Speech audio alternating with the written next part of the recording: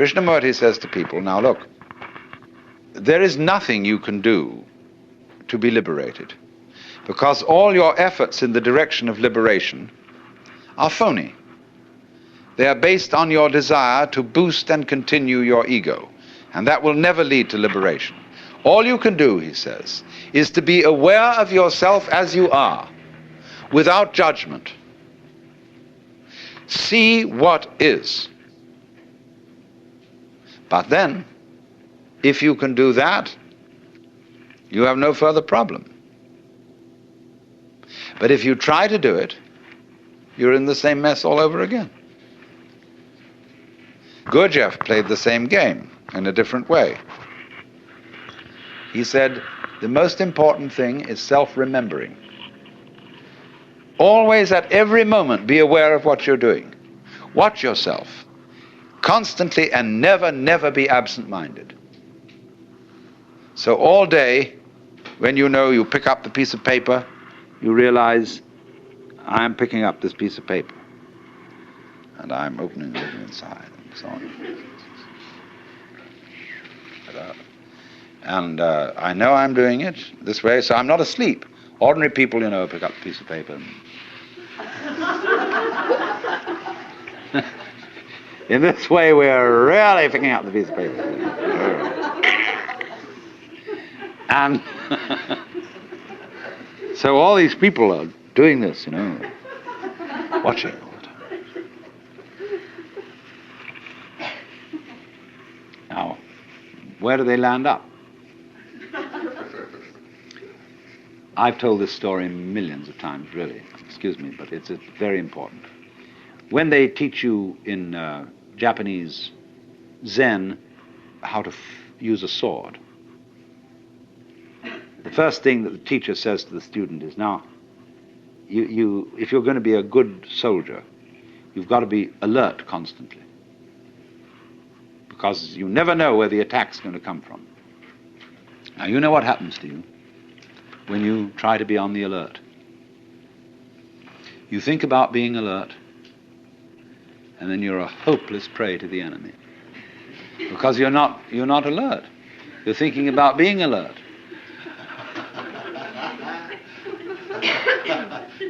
You must be simply awake and relaxed. And then all your nerve ends are working, and wherever the attack comes from, you're ready. They liken this to a barrel of water. The water is just sitting there in the barrel. But the minute you make a hole in the barrel, the water immediately is ready to come out of that hole. So in the same way, the mind, when it is in the proper state, is ready to respond in any direction from which the attack may come. So this man is no longer alert in the sense of taut and anxious. Which way is it going to go? See? He's just sitting there, like a cat sits there. And the minute anything happens, it's right there, because it didn't have to overcome any set in a direction opposite to that from which the attack comes. If you are set for the attack to come from there, and it comes from here, you have to pull back from there and go there, but that's too late. So you sit in the middle, and you don't expect the attack from any particular direction. So in the same way, all this applies to yoga. You can be watchful, you can be concentrated, you can be alert. But all that will ever teach you is what not to do, how not to use the mind. Because it'll get you into deeper and deeper and deeper binds. You have to let it happen. Just like you have to let yourself go to sleep. You can't try to go to sleep. You have to let yourself digest your food. You can't try to digest it. And so in the same way, you have to let yourself wake up. Become liberated. And when you find out, you see, that there isn't any way of forcing it, that for most people is the only way of getting them to stop forcing it. Because they won't believe when you tell them in the first instance, you've got to do this without forcing it. They'll say, well, it won't work, it won't happen, because I'm very unevolved. I'm just an ordinary human being. I'm just poor little me. And if I don't force it, nothing will happen. I have people who think that if they don't struggle and strain, they won't have a bowel movement, or whatever it is. They think they've got to do that work in order to make it happen. In other words, all that is based on lack of faith, not trusting life. And to get people to trust life who don't trust it, you have to trick them. They won't jump into the water, so you have to throw them in. And if they are very unwilling to be thrown in, they're going to take diving lessons, you see, in which they're going to go all through, they're going to read books about diving, they're going to do all the preliminary exercises for diving, and they're going to stand on the edge of the diving board and inquire whether there's the right posture until somebody comes up beside and kicks them in the butt. And they're in the water. And it's also with this. It really is. So, now the most amazing gamesmanship goes on in the whole domain of yoga and spiritual practice. You would be astounded. So, I mean, one of the games in all this is to find a little flaw in you, see? Everybody has a place where they can be jiggled a bit. Something they're a bit ashamed of, and so they think, does this person really know my secret? He's not saying anything because he's polite, but does he really see through me and know that somewhere are the awful awfuls and that I'm a little bit upsettable? This is all part of religious competition. If you go to the Roman Catholics and you've been psychoanalyzed, you see, they'll say, well, that's fine, but of course it's not nearly enough. I mean, that's all very well so far as it goes, but, or if you're a Roman Catholic and you go to a Buddhist outfit that's on a missionary basis, they'll say, yes, of course through your Catholicism you've learnt some of the basic virtues, but of course Catholicism doesn't go anywhere near the heart of things, in that it doesn't have an elaborate system of meditation like we have. Then you go over to the Hindu school and they say, yes, the Buddhists go to a certain point. They do attain a very, very high stage of realization, but there is nevertheless something higher than that, which they don't quite get. And you'll find this all round the world. Everybody claiming to have that little special extra essence which the others don't have. Now, why are they doing that? Are they all frauds? Are they all out to get you into their society? Sometimes, yes. But sometimes they're trying to see whether you fall for this, testing you out. This is upaya, skillful method. And if you become falling for that little extra special thing that's just supposed to be around the corner, no? Then they've got you. Or rather, you've got yourself in a mix. And you have to work at that and work at that and work at that until you find out that you were being made a monkey of. But you were being made a monkey of because you could be made a monkey of. You hadn't really arrived where you are. You didn't have the nerve to be you. That is to say, to be the self.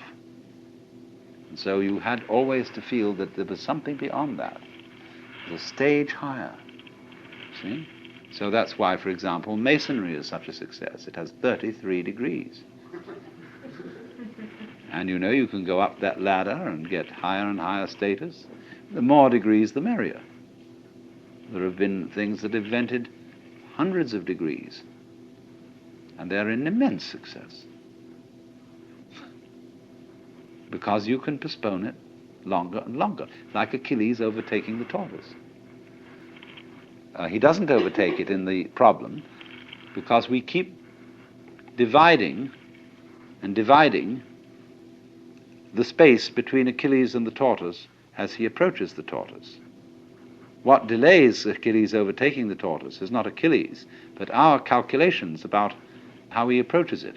We make the calculations more and more complicated as he gets nearer and nearer to the tortoise. It's only the calculations that put it off. Achilles, in fact, runs right by. So in the same way, you can calculate yourself out of liberation. You can put it off indefinitely by inventing new degrees and new stages.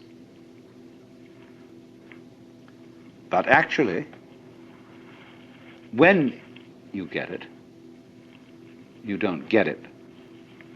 You suddenly see it. It happens instantly. It happens instantly whether you put in 30 years practice or whether you put in 3 minutes. It's the same. Suddenly it dawns on you that that's the way things are. Tattvamasi.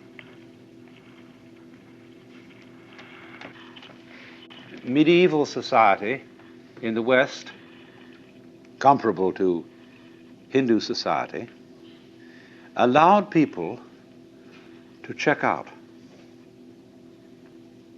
of the game. It revered and encouraged hermits, monks, nuns, of various types of discipline. There's this difference, you see, for the West and India. You couldn't join the Brahmana caste, the priest caste, from some other caste. But in the European caste system, by becoming a priest or a cleric of any kind, you see, a cleric means simply a literate person. You could familiarize with any other caste once you're in that one. And so it was a wonderful way of rising in society. You could, from being a serf, go to being a priest, to being an archbishop, and consort with the nobility. It was the only way open to cross castes, you see. And because they were the literate people, it was through literacy and through universities founded by clerics that our caste system began to break. And we got the idea of choosing your own vocation and not simply following what your parents did. Now I want to make an observation here about checking out of the game. This is not encouraged in contemporary society. Because the Catholic Church and the Episcopalian Church are very powerful minorities, they can still support monasteries and even hermits. But you can't be one on your own without great difficulty. Firstly, because you're a poor consumer. See, around here we have a number of hermits. There's a guy out there building that boat, and he's essentially a non-joiner, a poor consumer, and the community, they live a lot along here, and they're not working class people. They are people who dropped out of college because they saw it was stupid. And they're that sort of people. We would call them perhaps beatniks. But you see, the city doesn't like it because they aren't owning the right sort of cars, and therefore the local car salesman isn't doing business through them. They don't have lawns, and so nobody can sell them lawnmowers. They hardly use dishwashers, appliances of that kind.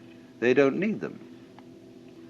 And also they wear blue jeans and things like that, and so the local dress shops feel a bit put out having these people around. And they live very simply. Well, you mustn't do that. You've got to live in a complicated way. You've got to have the kind of car, that identifies you as a person of substance and status and all that. So there's a great problem here in our society. Now, why is there this problem? There's always a very inconsiderable minority of these non-joiners or people who check out of the game. But you will find that insecure societies are the most intolerant of those who are non-joiners. They are so unsure of the validity of their game rules that they say everyone must play. Now that's a double bind. You can't say to a person, you must play, because what you're saying is you are required to do something which will be acceptable only if you do it voluntarily. You see? So everyone must play is the rule in the United States. And it's the rule in almost all Republican governments. I mean Republican in the sense of democratic. Because they're very uneasy. Because everybody is responsible. You mean you may try not to be and avoid it and say, oh, let the senators take care of it or the president. But theoretically, everyone's responsible. Now that's terrifying. See, it's all right when you know what's right. There is an aristocracy, there is the clergy, and they know what should be done, and they're used to ruling, you see. But now it's in your hands. You say, well, what are we going to do? Well, I think this way, and you think that way, and he thinks the other way. And so we're all unsettled. And therefore, we become more and more conformist. Individualism, rugged individualism, always leads to conformism, because people get scared. And so they herd together, and compounded with industrial society, mass production, etc. They all wear the same clothes, and they're sensible clothes that don't show the dirt too much. And we get duller and drabber, and with the exception of the Californian Revolution.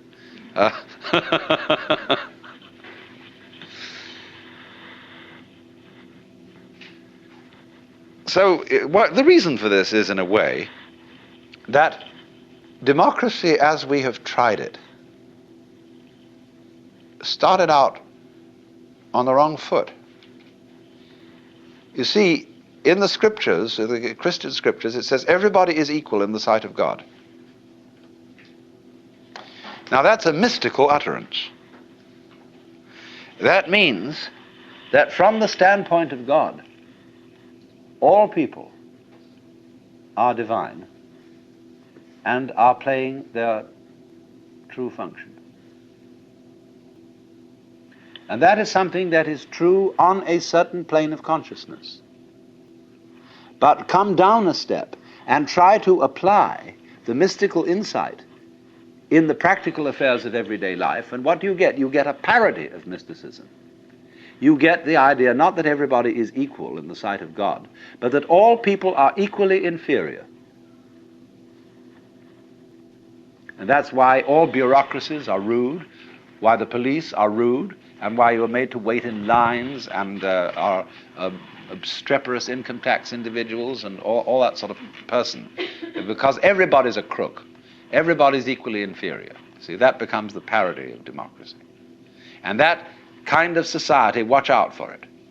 It turns in a quick click into fascism because of its terror of the outsider. Now, a free and easy society loves outsiders. In fact, it's a little bad for the outsider's integrity, because he becomes a holy man, see? And people make salams and give him food and all that. They really take care of the outsider, because they know that man is doing for us what we haven't got the guts to do. That outsider who lives up there in the mountain is at the highest peak of human evolution. His consciousness is one with the divine. And great, just there is someone like that around. It makes you feel a little better. He has realized, he knows what it's all about. And so we need a number of those people. Even though they don't join our game, they tell us, you see, what you're doing is only a game. It's okay, I'm not going to condemn you, but it is only a game, and we up on that mountaintop are watching you. We love you, we have compassion for you, and but excuse please, we aren't going to join. So that gives the community great strength, because it tells the government in no uncertain terms that there's something more than government. That's why wise kings kept not only priests, but court fools. The court fool is much more effective than the priest, to remind the king that after all he's human. And you know how in Richard II, where the fool is called the antic, the king says, "Within the hollow crown that rounds the mortal temples of a king keeps death his watch." And there the antic sits, scoffing at his state and grinning at his pomp, allowing him a little time to monarchize, be feared, and kill with looks. And then at last comes death, and with a pin bores through his castle wall, and farewell, king. See, always this reminder of the priest or of the antic to the royalty, to the government. You are going to die. You are mortal. Don't give yourself airs and graces as if you were a god. As king, you are only a representative of God. And there is a force, there are domains way, way beyond yours and way, way higher. But it's very difficult for a republican government to realize that, because it's insecure. And therefore, in our present world, you cannot abandon nationality without the greatest difficulty. People who try to abandon nationality get constantly deported from one place to another. You must belong to this thing, as Thoreau put it. However far into the forests you may go, men will pursue you and compel you to belong to their desperate company of oddfellows.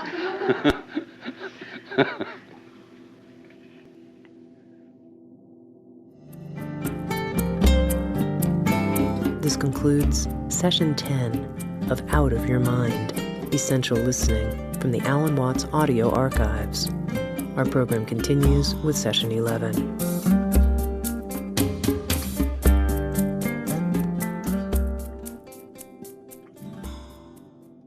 This particular weekend seminar is devoted to Buddhism, and it should be said first that there is a sense in which Buddhism is Hinduism stripped for export. Last week when I discussed Hinduism, I discussed many things to do with the organization of Hindu society, because Hinduism is not merely what we call a religion, it's a whole culture. It's a legal system, it's a social system, it's a system of etiquette, and it includes everything. It includes housing, it includes food, it includes art, because the Hindus and many other ancient peoples do not make, as we do, a division between religion and everything else. Religion is not a department of life. It is something that enters into the whole of it. But you see, when a religion and a culture are inseparable, it's very difficult to export a culture, because it comes into conflict with the established traditions, manners, and customs of other people. So the question arises, what are the essentials of Hinduism that could be exported? And when you answer that, approximately, you'll get Buddhism. As I explained, the essential of Hinduism, the real deep root, isn't any kind of doctrine. It isn't really any special kind of discipline, although, of course, disciplines are involved. The center of Hinduism is an experience called moksha, liberation, in which, through the dissipation of the illusion that each man and each woman is a separate thing in a world consisting of nothing but a collection of separate things, you discover that you are on one level an illusion, but on another level you are what they call the self, the one self, which is all that there is. The universe is the game of the self, which plays hide and seek forever and ever. When it plays hide, it plays it so well, hides so cleverly, that it pretends to be all of us and all things whatsoever, and we don't know it because it's playing hide. But when it plays seek, it enters onto a path of yoga, and through following this path, it wakes up, and the scales fall from one's eyes. Now, in just the same way, the center of Buddhism, and the only really important thing about Buddhism, is the experience which they call awakening. Buddha is a title and not a proper name. It comes from a Sanskrit root, bud,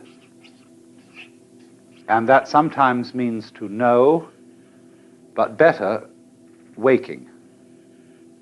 And so you get from this root bodhi, that is the state of being awakened, and so Buddha, the awakened one, the awakened person. And so there can, of course, in Buddhist ideas, be very many Buddhas. The person called the Buddha is only one of myriads, because they, like the Hindus, are quite sure that our world is only one among billions, and that Buddhas come and go in all the worlds. But sometimes, you see, there comes into the world what you might call a big Buddha, a very important one. And such a one is said to have been Gautama, the son of a prince living in northern India, in the part of the world we now call Nepal, living shortly after 600 BC. All dates in Indian history are vague, and so I never tried to get you to remember any precise date, like 564, which some people think it was. But just after 600 BC is probably right.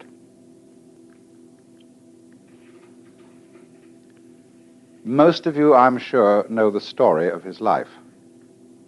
But the point is that when in India a man was called a Buddha or the Buddha, this is a title of a very exalted nature. It is first of all necessary for a Buddha to be human. He can't be any other kind of being. Whether in the Hindu scale of beings he's above the human state or below it. He is superior to all gods because, according to Indian ideas, gods and angels, or angels would probably be a better name for them than gods, all those exalted beings are still in the wheel of becoming, still in the chains of karma, that is action which requires the need for more action to complete it and goes on requiring the need for more action. They are still, according to popular ideas, going round the wheel from life after life after life after life, because they still have the thirst for existence, or to put it in a Hindu way, in them the self is still playing the game of not being itself. But the Buddha's doctrine based on his own experience of awakening, which occurred after 7 years of attempts to study with the various yogis of the time, all of whom used the method of extreme asceticism, fasting, doing all sorts of exercises, lying on beds of nails, sleeping on broken rocks, any kind of thing to break down egocentricity, to become unselfish, to become detached, to exterminate desire for life. But Buddha found that all that was futile. That was not the way. And one day he broke his ascetic discipline and accepted a bowl of some kind of milk soup from a girl who was looking after cattle. And suddenly, in this tremendous relaxation, he went and sat down under a tree, and the burden lifted. He saw completely that what he had been doing was on the wrong track. You can't make a silk purse out of a sow's ear.